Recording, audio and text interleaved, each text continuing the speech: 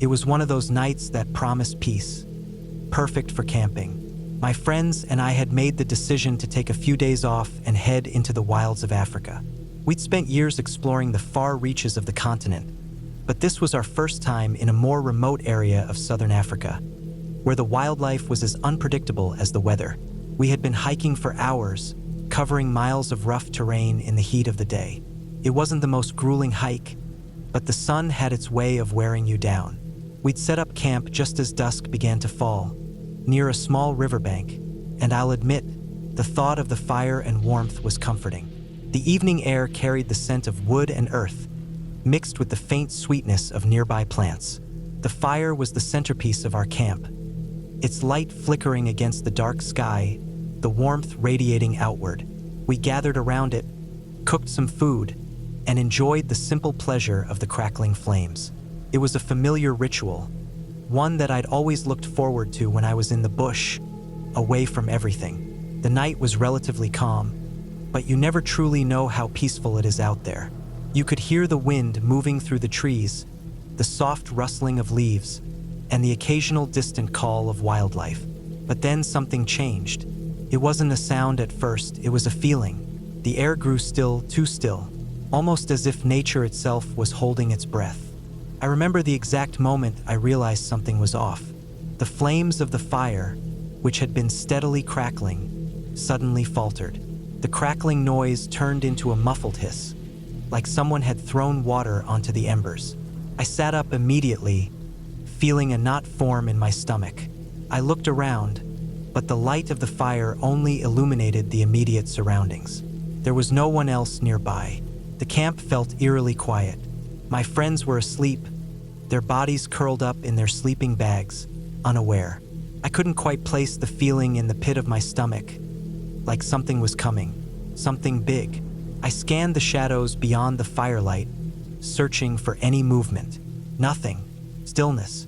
Then suddenly I heard it, a faint crunching sound from the bushes just outside the reach of the firelight. I held my breath. It wasn't the usual noises of smaller animals creeping around the campsite. No, this was something bigger. A thud, then a rustle, followed by more thudding noises. I couldn't tell what it was, but it was coming closer. And then, the unmistakable silhouette appeared in the dim light of the fire. It was huge. The shape was massive, towering over everything around it. The shadow of a large creature moved slowly through the brush. The first thing I noticed was its thick, muscular form. It was broad and wide, its outline rough in the shifting light. For a second, I wondered if it was an elephant until I saw the shape of its head. It was a rhinoceros, a male from the looks of it, with its characteristic horn jutting out from its face like a weapon. My heart raced as I realized what had just happened.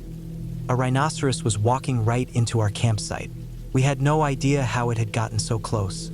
Maybe the wind carried the scent of food, or maybe it had just wandered into the area. But whatever the reason, there it was, just a few yards away from our dying fire, walking in an almost deliberate manner toward the embers. Now, the thing about rhinos, especially in this part of the world, is that they are not the calm, docile creatures some people might imagine. They are unpredictable, dangerous, and quick to charge if they feel threatened. But what struck me the most about this particular rhino wasn't just its size or its proximity. It was the way it seemed to be approaching the fire. At first, I thought it might simply be curious. But no, this rhino wasn't just walking aimlessly. It was moving in a purposeful direction.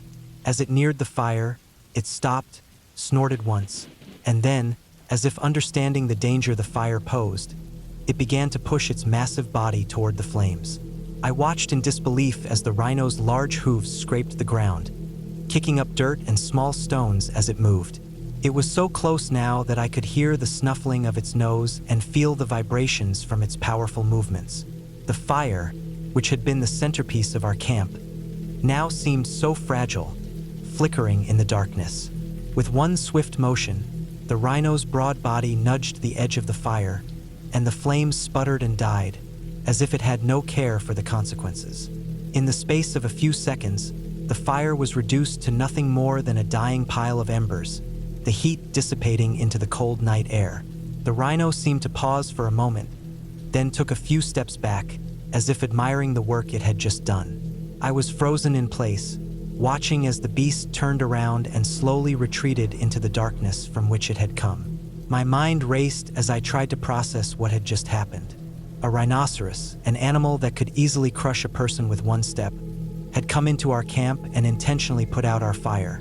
And just like that, as though it had no other care in the world, it had left us in the dark, literally and figuratively. I stayed perfectly still, my heart pounding in my chest. The fear and adrenaline that had surged through me moments before began to ebb away, replaced with a kind of stunned silence. The fire was gone, and with it, much of the warmth and light we had taken for granted. All we had left now were the faint embers and the eerie quiet of the night. I didn't move for a long while. My mind kept replaying the scene, the rhino, the fire, the way it had been extinguished with such ease. It was almost as if the animal had some primal instinct to protect itself from the fire. Eventually, I managed to wake up the others, but we were too shaken to do much. Without the fire, it felt like the entire atmosphere of the camp had changed. It was as though the protective barrier that the fire had provided was gone, leaving us vulnerable to whatever else was out there. The warmth that the fire had given us seemed to have disappeared entirely, and now we were left in the cold, unsure of what to do. As the night wore on, we kept watch, our senses heightened, our bodies tense. We had no fire to keep the predators away, no warmth to fight off the creeping cold. The sounds of the night felt more ominous now. Every rustle in the bushes, every snap of a twig underfoot seemed magnified, as if the wilderness itself was closing in on us. We managed to make it through the night, but we all agreed that we wouldn't stay another minute once daylight broke. When morning came, the first light of the day made everything seem less threatening. But I'll never forget that moment when the rhino had come into our camp and done what it did. We packed up quickly, breaking down our camp and leaving without looking back. As we made our way back down the trail, I couldn't help but think about what had happened. It wasn't until later that I realized how lucky we were. Rhinos might be massive, but they are also somewhat territorial and can be incredibly aggressive if they feel threatened. We had been fortunate that the rhino didn't decide to charge us, or worse, get more aggressive when it found the fire out. To this day, I still don't know if what I witnessed was something common, but in my mind, that rhino was the firefighter of the night, putting out the fire with no care for who it affected.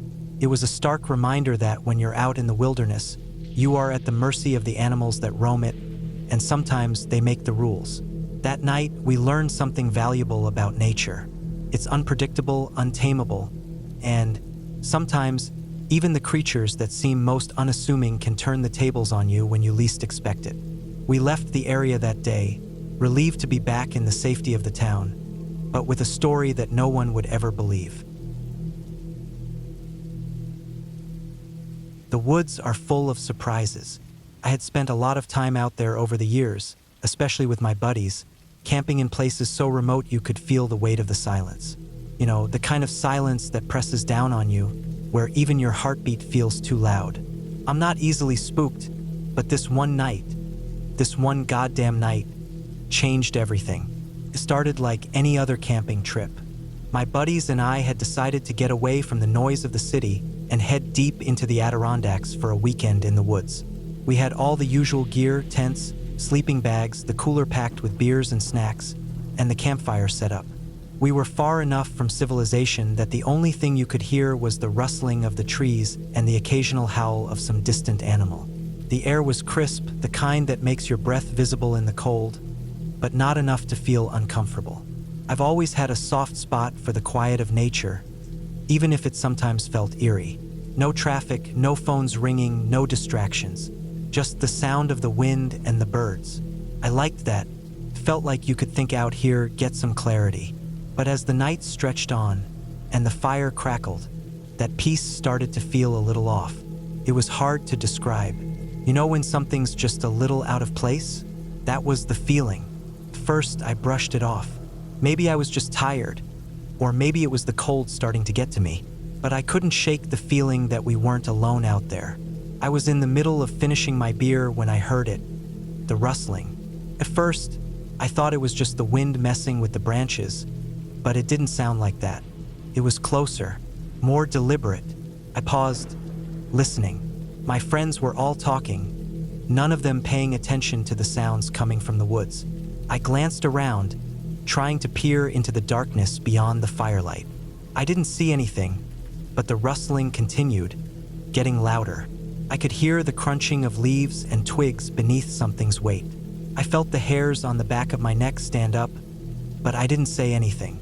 You don't want to sound paranoid or make a big deal out of nothing, especially when you're out there with a group of guys who don't take anything seriously. They'd laugh it off. They always do, but the sound kept coming. It wasn't just random movement. It was almost rhythmic, like something or someone was methodically moving through the brush. It was then that I saw the eyes, glowing faintly from the dark, just beyond the fire's reach. A pair of small, beady eyes, reflecting the light from the flames. I froze. My mind started to piece things together, but I didn't want to believe it. Raccoons. I'd seen raccoons before. Hell, we all had. They're clever little bastards, always sneaking around, getting into trash, looking for food. But this was different. I had seen them before, but I had never seen them so coordinated. I leaned forward, narrowing my eyes, and that's when I saw the rest of them. Not just one or two, but a small group of them creeping in from all sides, moving in silent, fluid motions, like they knew exactly what they were doing. It hit me then, these weren't just random raccoons. They were organized. I've heard stories. People say that raccoons are resourceful little creatures, that they're smart, but this was next level. They weren't just rummaging through trash. They were planning something. I could see them sniffing around our campsite, checking out our gear, eyeing the bags and coolers. I reached into the tent and grabbed my flashlight, slowly clicking it on. The beam cut through the darkness, and the raccoons immediately froze, their eyes reflecting the light. For a moment, everything went still. I could feel the tension in the air. It was like they were sizing me up. I was about to call out, but I didn't want to risk alarming them. I didn't know how many of them were out there or how close they were. So I sat there watching as the group of raccoons crept closer. Then the leader of the group, the biggest one, stepped forward. It was massive, easily the size of a small dog, with a thick, matted coat. Its eyes glowed a dull yellow, and it moved with purpose, like it knew what it was after. The others followed its lead, moving in unison. It was almost military-like. They weren't just wandering around. They were systematically checking our campsite, making sure they covered every inch. The sound of zippers being pulled open and plastic crinkling filled the air. They were going through our bags, our food, our gear. They were taking everything they could. One of them was messing with the cooler, trying to figure out how to get it open. Another was going through my bag, pulling out my snacks and my spare batteries. Couldn't believe it. These raccoons were like little bandits, but they weren't doing this by accident. They were coordinated. They worked together like they'd done this before. I stayed still, holding my breath. I couldn't risk making a sound. The last thing I wanted was for them to feel threatened. I had seen raccoons get violent before when cornered, and I wasn't about to test my luck with a pack of them. But it wasn't just the animals that unnerved me. No, it was the way they communicated. It was subtle, almost imperceptible, but I could tell they had some kind of system. Every time one of them found something, it would make a small noise, like a click or a grunt, and the others would gather around. One of them would take the item and they would move on to the next. It was like they were on a mission. They weren't just hungry, they were organized. They were raiding our camp, picking through every piece of equipment we had brought. They even managed to open the first aid kit, scattering the contents around like they were looking for something specific. I couldn't make sense of it. What the hell did raccoons need with a bandage? I had to stop them. I couldn't just lie there and watch as they tore through everything we had. But what could I do? I didn't have any weapons, and even if I did, I wasn't about to shoot a bunch of raccoons. I tried to stay as still as possible, hoping they'd get distracted and move on. But then, I saw something that made my stomach drop. The biggest raccoon, now standing at the center of the group, seemed to notice me. It stopped and turned its head slowly, its eyes narrowing. In that moment, I felt it, this intense, strange connection, like it knew I was watching. And I swear, I saw something that could have been a smile. The raccoon turned away from me and gestured toward the others with its head, as if it was giving some kind of command. Immediately, the group scattered in different directions, moving to other parts of the campsite. They were like a damn army, each one with a clear purpose, taking what they could, not a single one making a sound as they worked. I watched them until they disappeared into the shadows, and when the last one was out of sight, I sat up. My heart was racing, and the adrenaline was starting to settle in. I couldn't believe what had just happened. I crawled out of the tent, moving as quietly as I could. I had to make sure none of my stuff was really gone. I didn't want to believe it, but when I looked at the mess, I realized they had taken things. Small things, but important. My flashlight was gone, some of my tools, even my spare socks. They had even managed to unhook my pack from its place by the fire and rummaged through it. I stood there in the dim light, staring at the destruction. My friends were still asleep, blissfully unaware of what had just gone down. I should have woken them up, but I couldn't. Who would believe me that a group of raccoons had taken over our campsite? I knew they wouldn't. I spent the rest of the night watching the woods. Every time I heard the slightest rustle, I'd freeze, hoping it wasn't more of those goddamn raccoons coming back to finish what they started. I didn't get any more sleep that night. How could I? In the morning, I told the guys what happened, but like I expected, they laughed it off. They called me paranoid, joked about how raccoons were just harmless little creatures. But I knew better. They weren't just cute little scavengers. They were resourceful, smart, and capable of so much more than I had ever imagined. And from that day on, whenever I go camping, I keep a much closer eye on my gear. Because those raccoons, they're not just cute little trash pandas. They're goddamn tacticians. And if they want your stuff, they'll get it. We were a couple days into a canoe trip in northern Saskatchewan, far enough out that we hadn't seen another person or structure since being dropped off. It was just me and my friend Aaron, 2 tents, a couple packs, a lightweight aluminum canoe, and an endless horizon of trees, lakes, and wind-blown silence, the kind of quiet that gets into your bones. It was early August, but still cold at night, with a kind of damp chill that clung to everything. We'd been paddling all day through a series of lakes and narrow channels, and by the time we found a decent patch of ground to make camp, we were dead tired. It wasn't much, just a small clearing near the edge of the trees and a bit of rocky slope leading into the lake. But the view was good, and there were no signs of recent animal activity, so we pitched the tents. We cooked something simple, instant noodles and jerky, then settled around a small fire and watched the sun dip below the treeline. By 10 p.m., the fire was nothing but coals and the wind had gone still. We crawled into our tents, zipped the doors shut, and let the sounds of water and wind carry us off to sleep. I must have been out cold when the noise started. At first, I thought it was part of a dream, some rustling, like wind through branches, but it got louder, heavier. I woke up groggy and confused. Something was moving just outside the tent. The noise wasn't random. It was deliberate, brush being pushed aside, leaves crunching under weight. Still half asleep, I sat up. The nylon of the tent walls shifted slightly. Whatever it was close.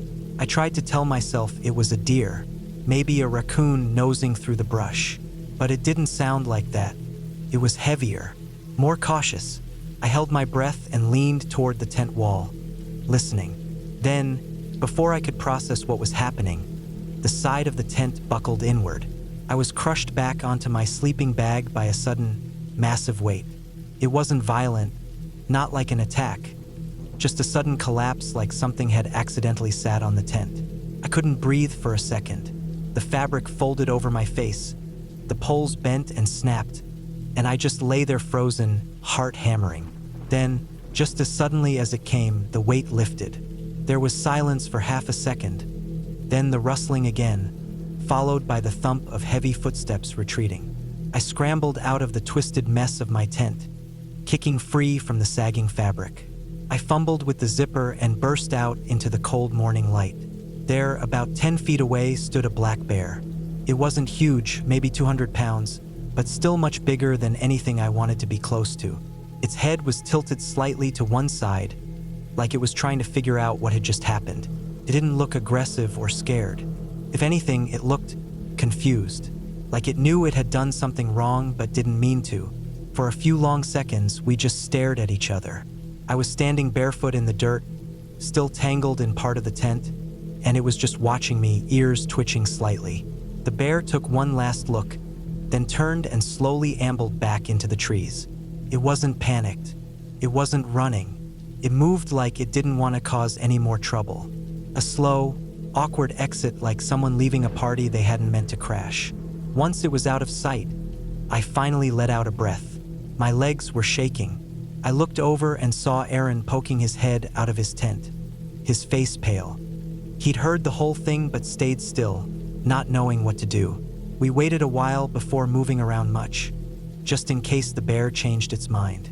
When we finally did get up and survey the damage, it was clear that the bear had just stumbled into camp, probably foraging in the bushes behind my tent, maybe looking for berries or grubs. It must have lost its footing and fallen backward right onto my side of the tent. There were no claw marks, no signs of aggression, just a broken tent pole and a few paw prints in the damp soil. We spent the rest of the morning rebuilding the tent, reinforcing it with what we could. I had a bit of duct tape, and we used some branches to splint the broken pole. The tent was never the same, but it held up for the next few nights. The experience didn't ruin the trip, but it changed the way I thought about camping. I always knew there was wildlife out there. We carried bear spray, we kept our food sealed and hung from a tree.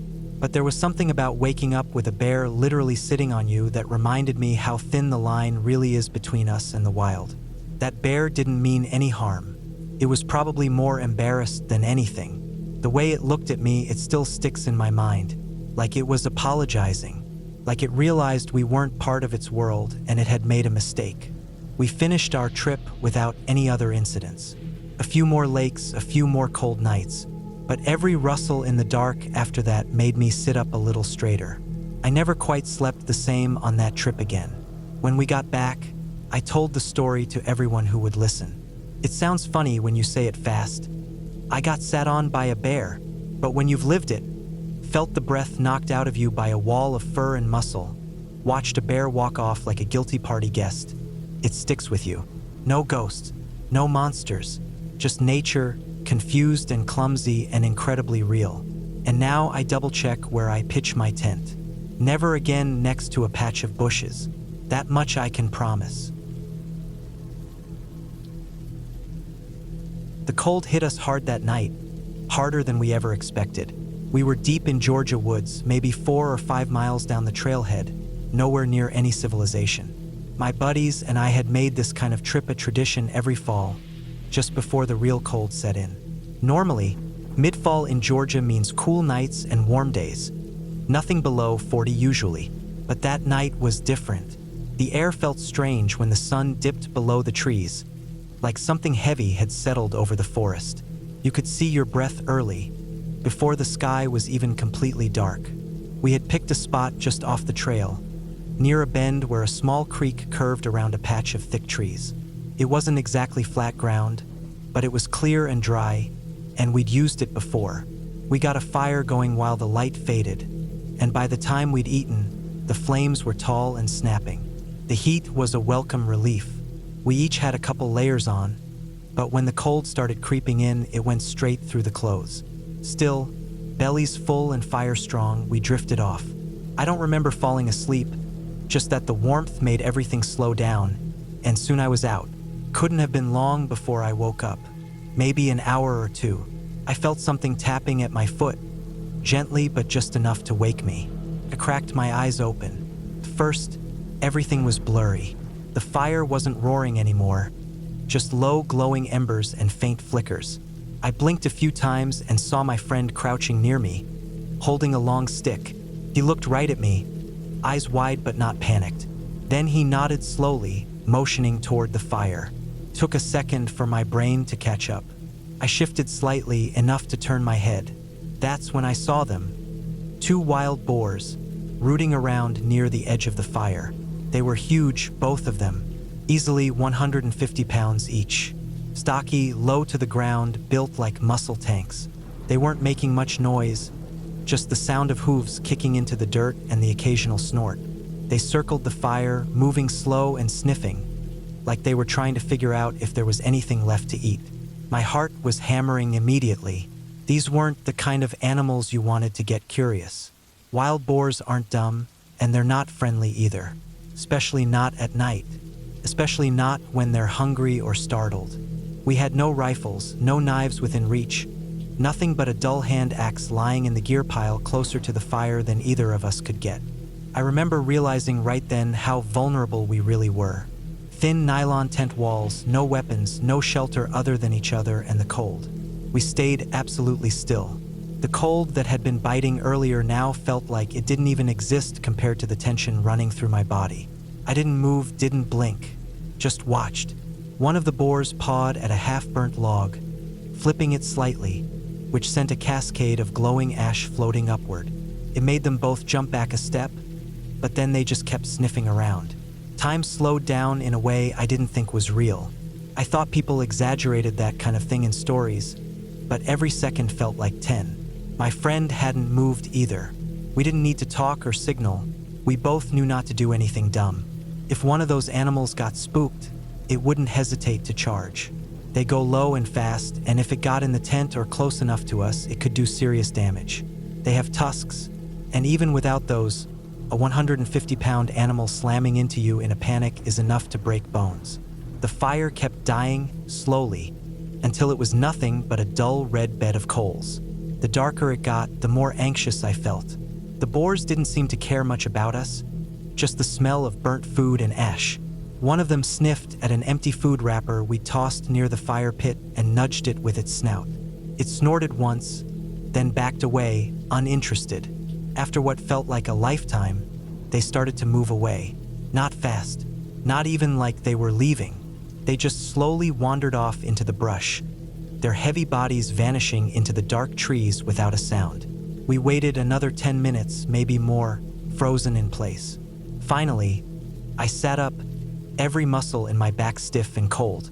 We didn't say anything. We just moved quietly, checking the gear pile and pulling the hand axe out. We didn't sleep the rest of that night. We added more wood to the fire, got it burning strong again, and sat close to it, backs to the trees, eyes scanning the forest constantly. Every sound seemed louder, more dangerous.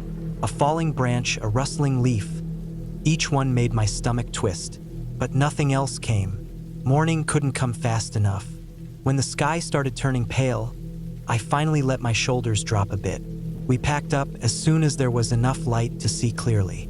Our sleeping bags were still cold and damp, and none of us had gotten real rest, but we didn't care. We didn't talk much until we were back near the trailhead. Back at the car, the heat kicked on, and I finally felt my hands warm up. That's when the shaking started. It was like my body had been holding on to every bit of fear and only now was letting go. I remember just sitting in the passenger seat, hands in my lap, watching them tremble. We talked about it later back home. My friend said he'd heard something snorting and that's what made him wake up. We both agreed if we'd moved too soon or made noise, things could have gone very bad. We were lucky, plain and simple. That trip changed how we packed and how we camped. Now we carry bear spray, even in boar country. We keep weapons closer. We build fires smarter. We take night watches. And I never forget that feeling, watching those huge, wild animals from just feet away, knowing how close we were to a real disaster. Not because of anything supernatural, just nature, raw and unpredictable, with no one around to save you if it turns on you. We still camp, still hike those same trails, but I never sleep as easily in the woods as I did before that night. We'd been hiking for hours, our feet sore and the midday Georgia heat sticking to our skin like a layer of damp cloth. My friends and I loved getting away from the hustle and bustle of everyday life, especially when we could find a place in the woods far away from any of the noise or distractions. There's something peaceful about being that deep in the forest, just you, the trail, and the hum of nature. This time, we decided to hike a trail near a remote part of Georgia that neither of us had been to before. The trailhead was quiet, and as we worked our way through dense trees and over rocky ground, we felt like we were the only ones out there. It was early fall, and the weather was supposed to be temperate, so we didn't worry about the temperature too much. We set up camp at a secluded spot by a small creek, with enough space between us and the trail to feel like we were truly alone. The firewood was abundant, and we got a solid fire going just before the sun started setting. The smell of burning wood and the crackle of the flames felt soothing, like a signal that everything was okay. We ate our dinners, laughed about old stories, and let the warmth from the fire sink into our bones. As the night settled in, the temperature dropped quickly. It wasn't uncommon for the nights here to get a bit chilly, but tonight it dipped lower than expected. Low 20s, and that's cold for mid-fall in Georgia. The fire was still going strong, the embers glowing bright, and the warmth from it mixed with the full bellies of a good meal. And one by one, we all started to nod off. I didn't expect to sleep deeply. Being out here always kept me a little on edge, but after a long day of hiking, I couldn't help but drift off. The crackling of the fire was enough of a lullaby to send me into a restless sleep. The night was still when I woke up. It was one of those moments when the air feels thick, heavy with the quiet. My body was stiff, and for a second I wasn't sure where I was. But then I remembered. The camp, the fire, the forest. I shifted and groaned, trying to shake off the grogginess that still clung to my mind. But then I heard it, a rustling noise. At first it was faint, but it grew louder, closer. I lay still, listening, trying to place what it was. I looked at the fire. It had died down to glowing embers, the light casting long, eerie shadows on the trees around us. My buddy Luke was sitting up beside me. His eyes were wide, his hand hovering just above my foot. Without a word, he tapped my foot with a stick, pointing toward the fire. There, just beyond the perimeter of the light, 2 wild boars were milling around. My heart rate spiked, my breath caught. Wild boars in Georgia are no joke. They can be incredibly aggressive and unpredictable, especially when they're close to food or feel threatened. These 2 pigs were about 10 feet from our fire, rooting around in the dirt. They snorted and grunted, clearly foraging, but there was something unnerving about their presence. Luke and I didn't make a sound, just lying there in the dirt, our eyes fixed on the boars. We had no weapons with us, nothing but a hand axe tucked away in one of the backpacks, out of reach.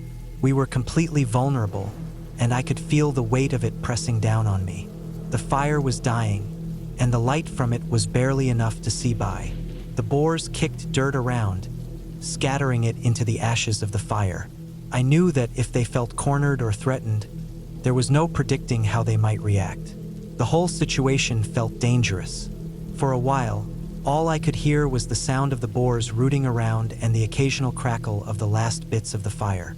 It was an odd kind of silence, filled with tension. I wanted to move, to do something, but I knew that even the smallest noise could set them off.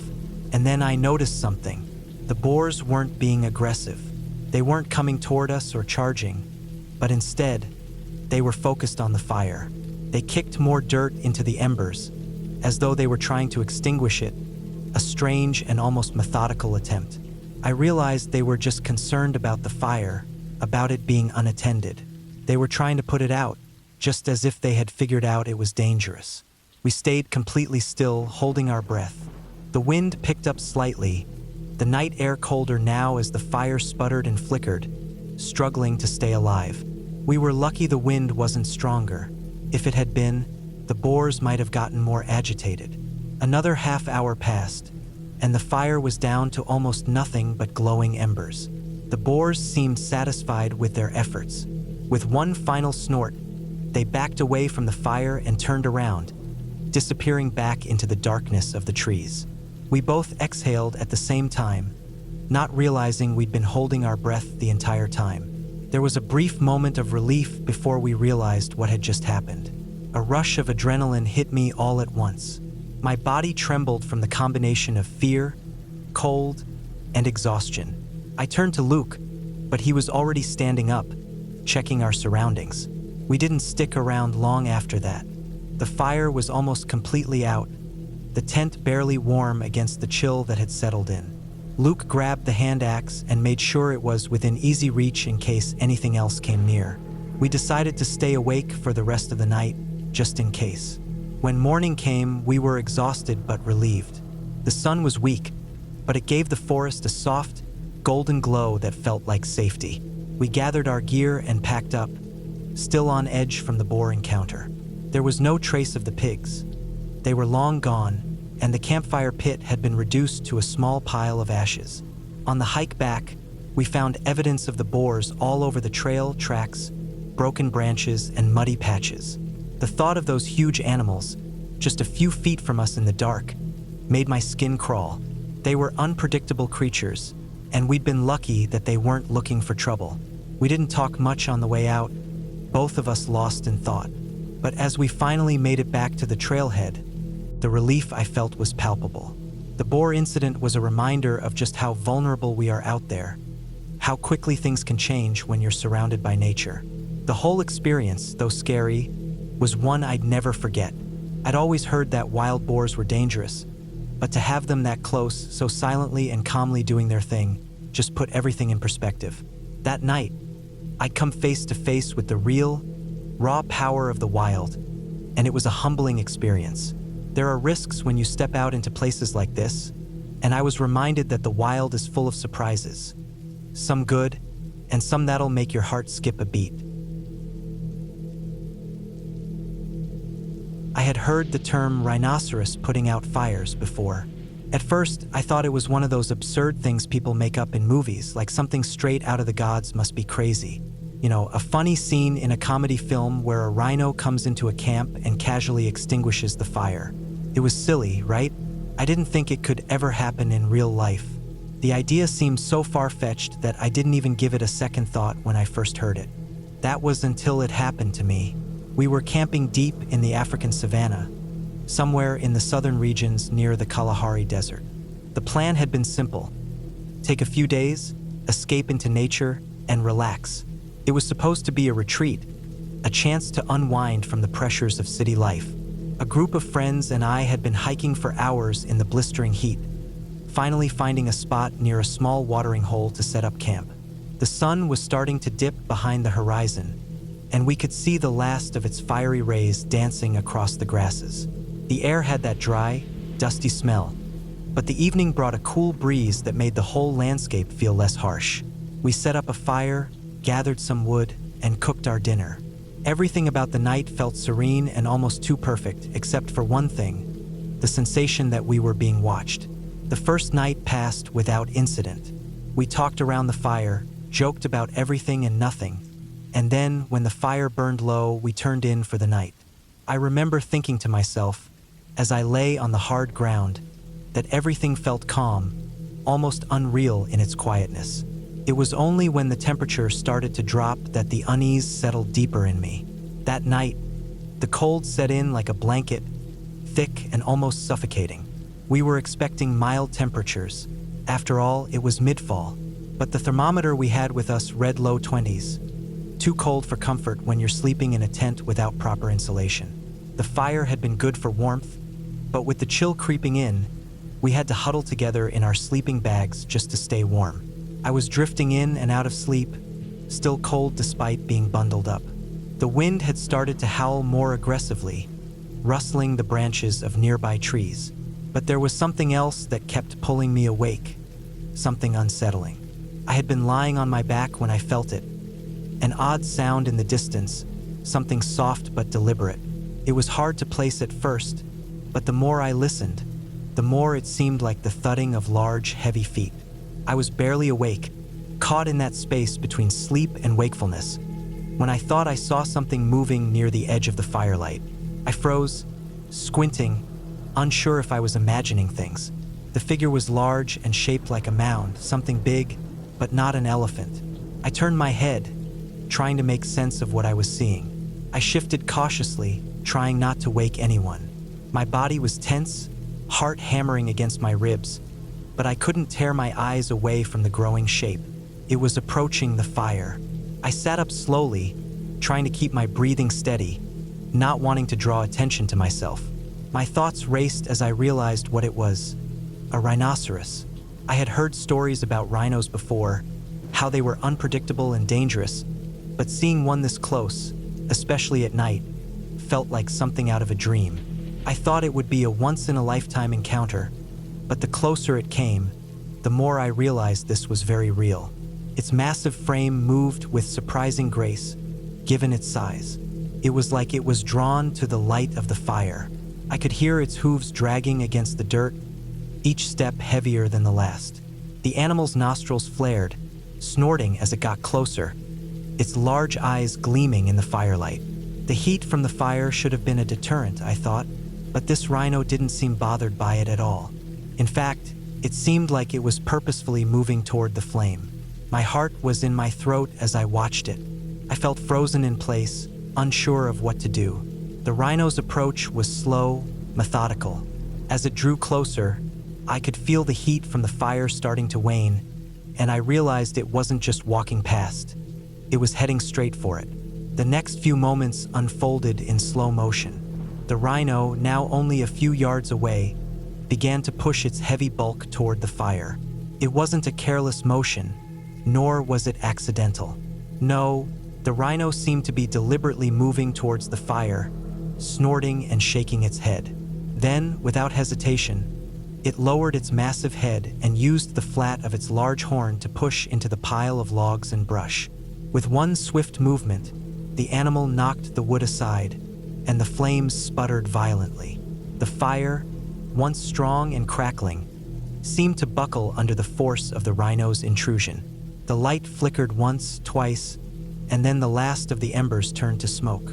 The warmth that had filled the air with comfort was gone. The fire was out, and the night air immediately grew colder. The rhino, seemingly satisfied with its work, stepped back and simply stood there, looking at the smoldering remains. Its large form was still and silent, as if it had no care for the humans watching from a distance. After a few moments, it turned, its massive feet thudding softly as it retreated back into the darkness, leaving nothing but the smell of dirt and smoke behind. I was in complete shock. My mind raced, trying to understand what had just happened. I thought I had dreamed it, but the absence of heat and light proved otherwise. The rhino had come into our camp and deliberately extinguished our fire, like something out of an absurd movie.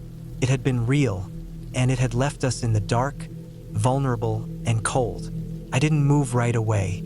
I just sat there, processing the scene in front of me. There was no immediate danger, I told myself. The rhino wasn't attacking us. It wasn't charging. But we were without a fire now, and with the cold creeping in, the atmosphere felt heavy and dangerous. I glanced over at my friends, still wrapped in their sleeping bags. I knew they wouldn't believe me if I told them right away, so I decided to wait. Time seemed to stretch on.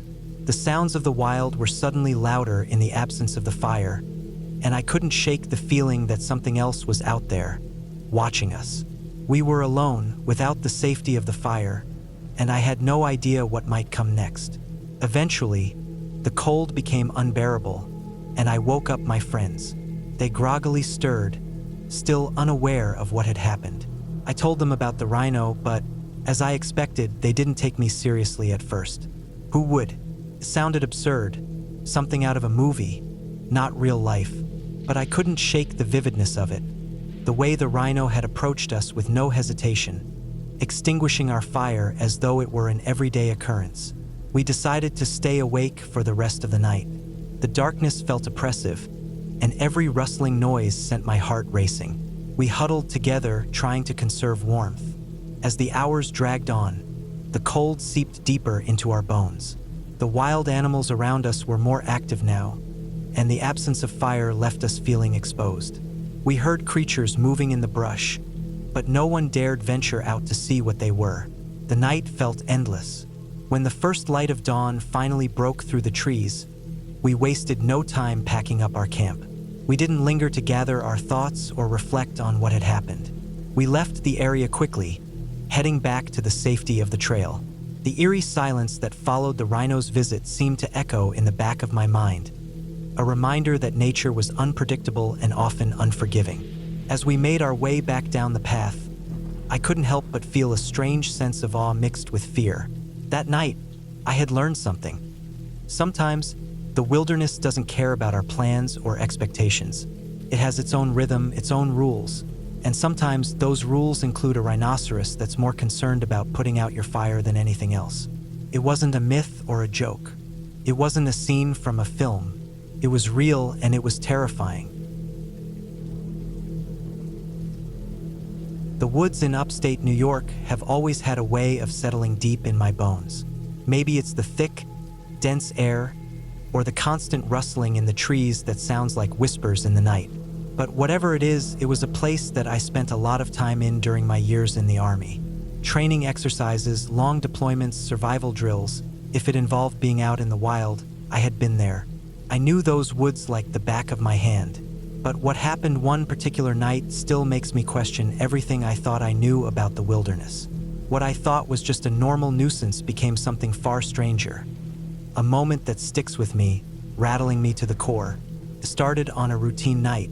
We were out in the field for training, a standard overnight operation. My squad had set up camp at the edge of a clearing, just deep enough into the woods that you couldn't hear the highway or anything man-made. The darkness wrapped around us like a blanket, the kind of silence you get in the woods where the air feels thick with anticipation. It was the usual cooking MREs, checking gear, making sure everything was ready for the next day's exercises. We all knew how it worked. You set up, you sleep, you get up and repeat. But the thing about the woods is that they're never truly quiet. The slightest sound is amplified by the stillness. A squirrel's footsteps on the forest floor sound like thunder, and every rustling of leaves feels like something stalking just beyond the reach of the firelight. I settled into my sleeping bag, ready to sleep, but the night never quite felt right. There was an odd stillness in the air, like everything around me was holding its breath.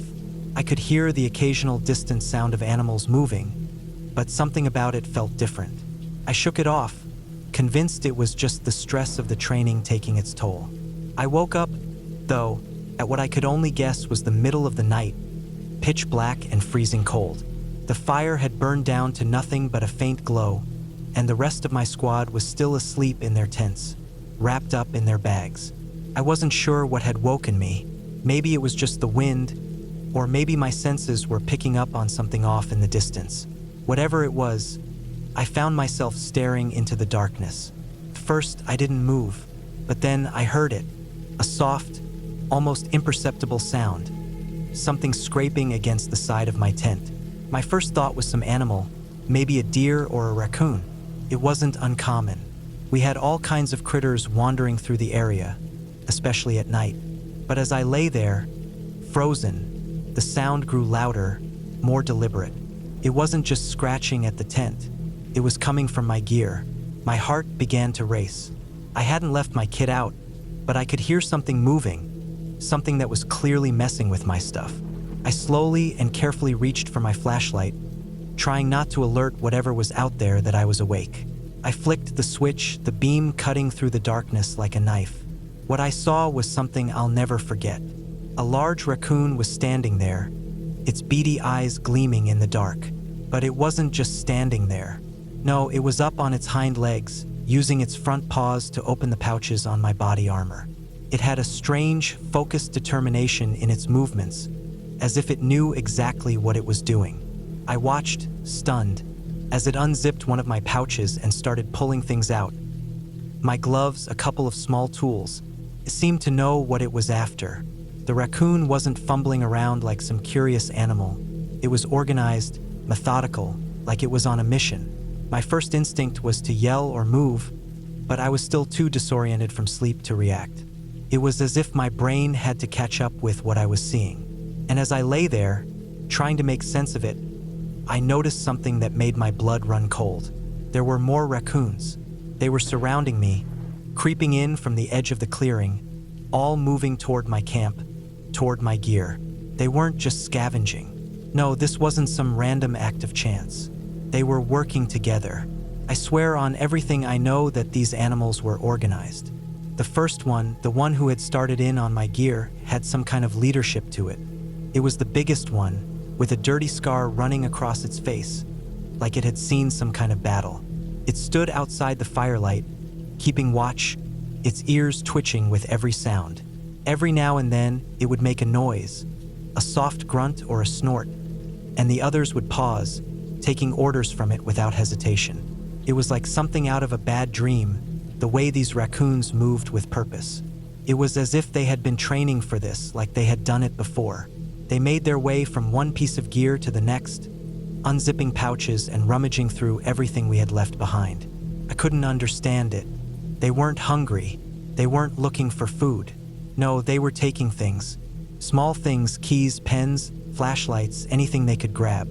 I tried to make myself smaller, to stay out of sight, but every movement I made seemed to bring their attention closer. They were everywhere now. A few of them were tugging at a first aid kit in the corner of my tent, while another one was trying to pry open a canteen. The leader, scarred and massive, kept its post by the edge of the clearing, watching. I could see it glaring at me now, like it knew I was awake and trying to process what was happening. Its eyes glowed in the firelight, and for a moment, I could have sworn I saw it smirk. I tried to control my breathing, hoping that maybe if I stayed still, they would leave. But I knew better. These raccoons weren't leaving without what they came for. And it wasn't just my kit they were after. They were systematically checking each piece of gear, each bag, as if they were looking for something specific. I could hear their low grunts and the rustling of my gear as they sifted through it. It was getting harder to breathe as the panic set in. I had to do something, but what? If I got up and made a noise, I'd risk waking up the entire camp. If I tried to fight them off, I had no idea how many there were or what they'd do in response. I lay there, paralyzed, watching as one of the smaller raccoons came closer to my boots. It nudged them with its nose, sniffing, before it tried to pull off one of my laces. It wasn't just random. It wasn't just hunger or curiosity. It was organized, purposeful, and unervingly intelligent. I stayed as still as I could, feeling my heartbeat thundering in my chest. The leader kept watch, still standing guard by the edge of the clearing. I noticed that it would occasionally turn its head, keeping track of the other raccoons' progress. They worked together like a well-trained team. As the night dragged on, I knew that if I didn't do something soon, I'd be left with nothing. The raccoons weren't stopping, and I was starting to run out of options. I quietly reached for my knife, slowly, cautiously. But as soon as I moved, the leader snapped its head toward me, its eyes locking onto mine. My heart stopped. It was watching me, waiting for me to make my move. For a few agonizing seconds, we just stared at each other. Then, as quickly as it had appeared, the leader snorted and turned away, disappearing into the shadows. The rest of the raccoons followed suit, retreating back into the woods with all the items they had stolen, leaving me in stunned silence. I didn't move. I didn't know what to do. When I finally managed to sit up and check my gear, everything had been scattered. My equipment was a mess, but none of it was gone. They had taken what they could, but nothing crucial was missing. It was as if they knew exactly what was valuable and what wasn't. In the end, I didn't get much sleep that night. The rest of the squad woke up to my frantic recounting of the events, but of course, no one believed me. They laughed it off, thinking I just had a bad dream or some kind of weird hallucination. But I knew what I had seen. I'll never forget those raccoons. I still don't know how or why they were so organized, or why they acted like they had a leader. But I'll tell you this. Every time I hear a rustling in the trees at night, I can't help but think of them, of that giant, scarred leader watching from the shadows, coordinating its troops like some kind of wildlife militia. And I swear, to this day, that if I ever find myself in those woods again, I'll be keeping a much closer eye on my gear. I've been out in the woods more times than I care to count. Whether it was for the weekend with friends, a solo trip to clear my mind, or part of some odd work assignment, I've always been comfortable out there. The woods can be peaceful, sure. They can be eerie sometimes, but for the most part, it's just me, the trees, and the quiet that surrounds everything. The kind of silence that makes you feel like you're the only one left on Earth. But then there's that other side. That side of nature you don't always notice unless you've been out there long enough. That's what happened to me during one camping trip. Something I'll never forget. And it all started with an animal I thought was harmless. A raccoon. Raccoons are funny little things. I've always thought they were cute in a mischievous way, kind of like little burglars sneaking around and rummaging through things. I'd see them on nature documentaries or hear about them in stories, but never really thought much about them. After all, they're just small animals, right? They get into your trash, mess around a little, but nothing serious.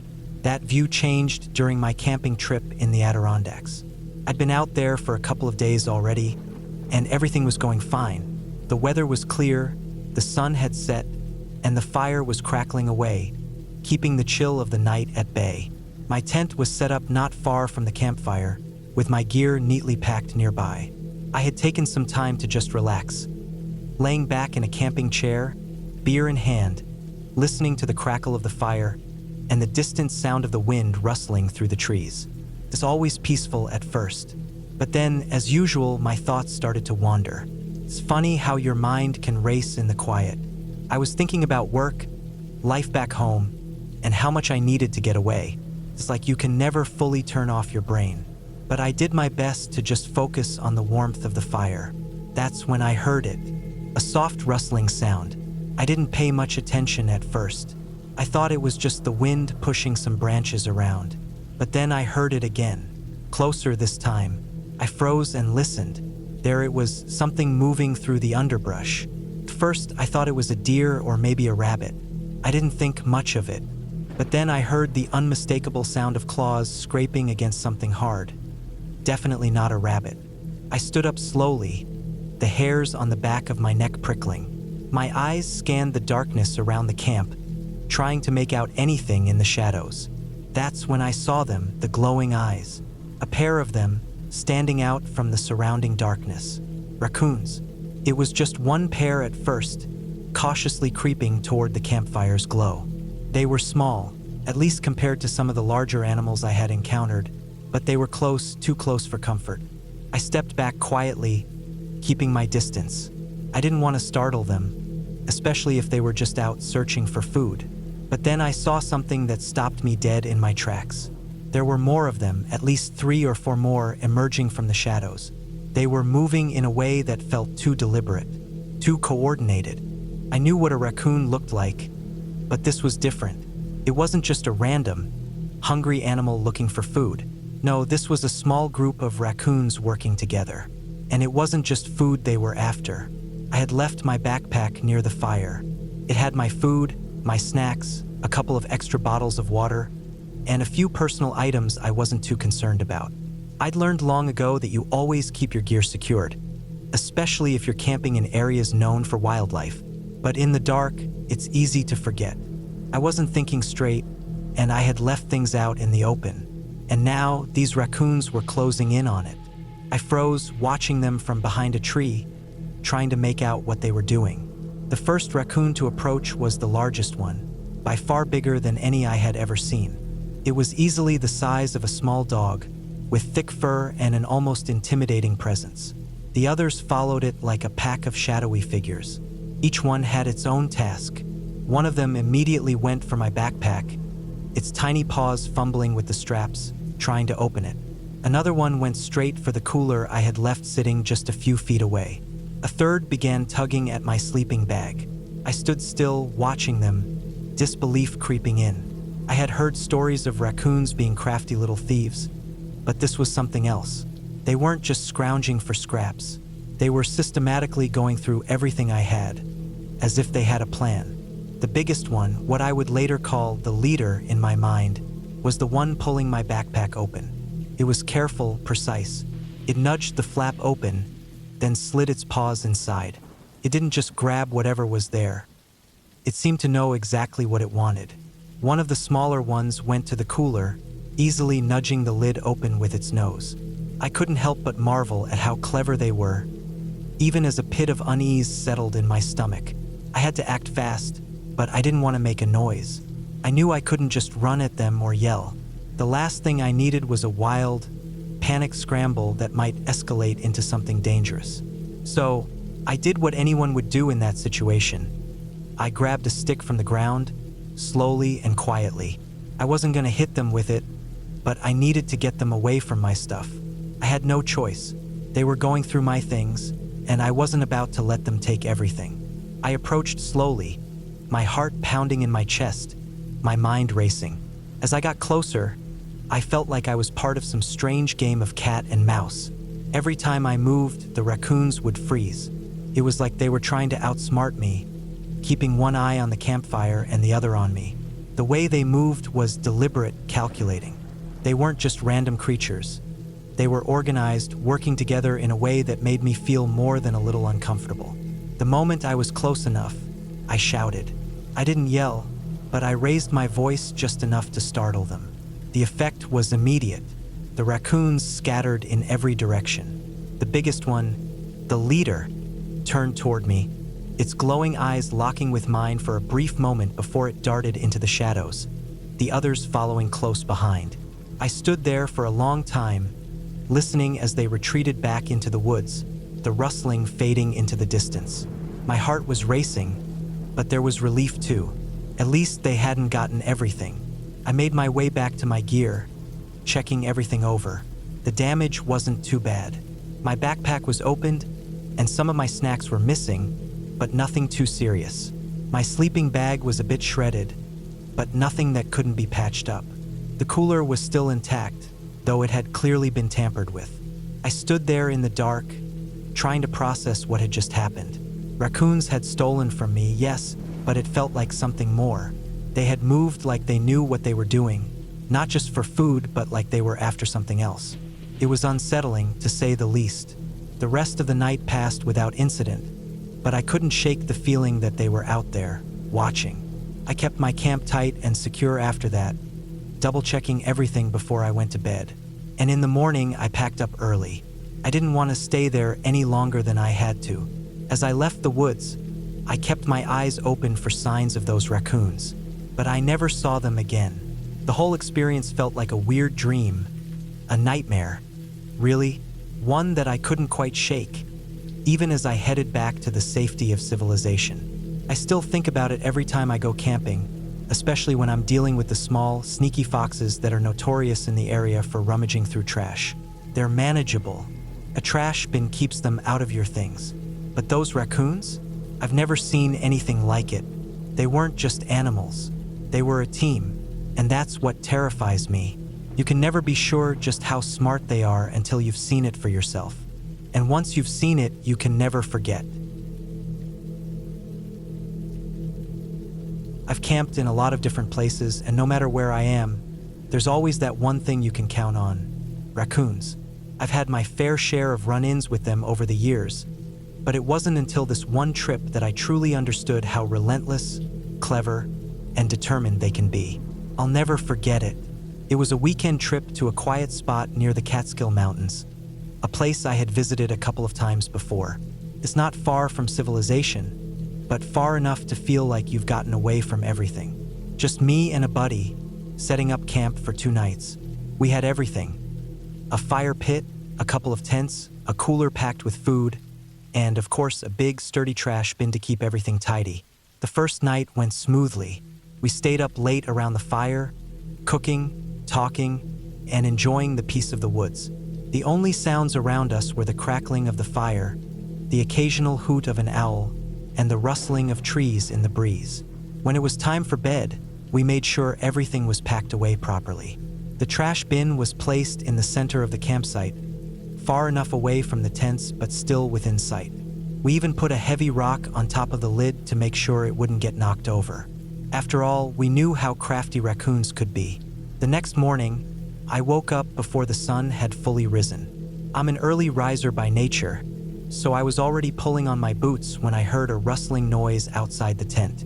I figured it was just the wind, maybe some leaves blowing around, but then it came again, louder this time. I wasn't sure if it was an animal or something else, but I wasn't taking any chances. I unzipped the tent and stepped outside. The first thing I saw was the trash bin, tipped over. The heavy rock that we had placed on top was now sitting a few feet away, like it had been thrown off by some unseen force.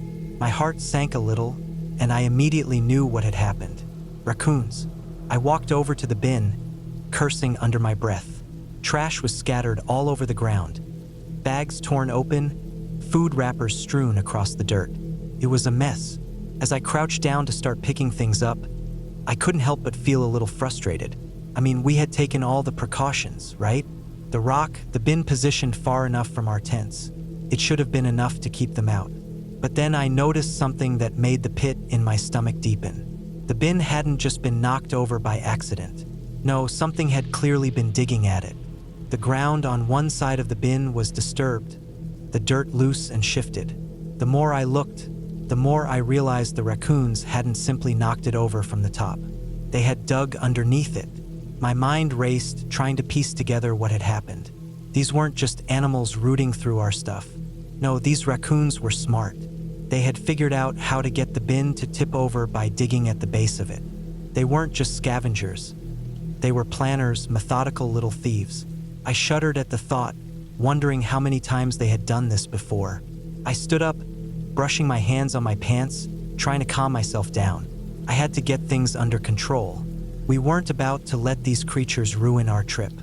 I grabbed the bin and tried to set it back upright, but as I lifted it, I noticed something else. The weight of the bin had changed. It wasn't as heavy as it should have been. Something was off. I looked down again, and that's when I saw it.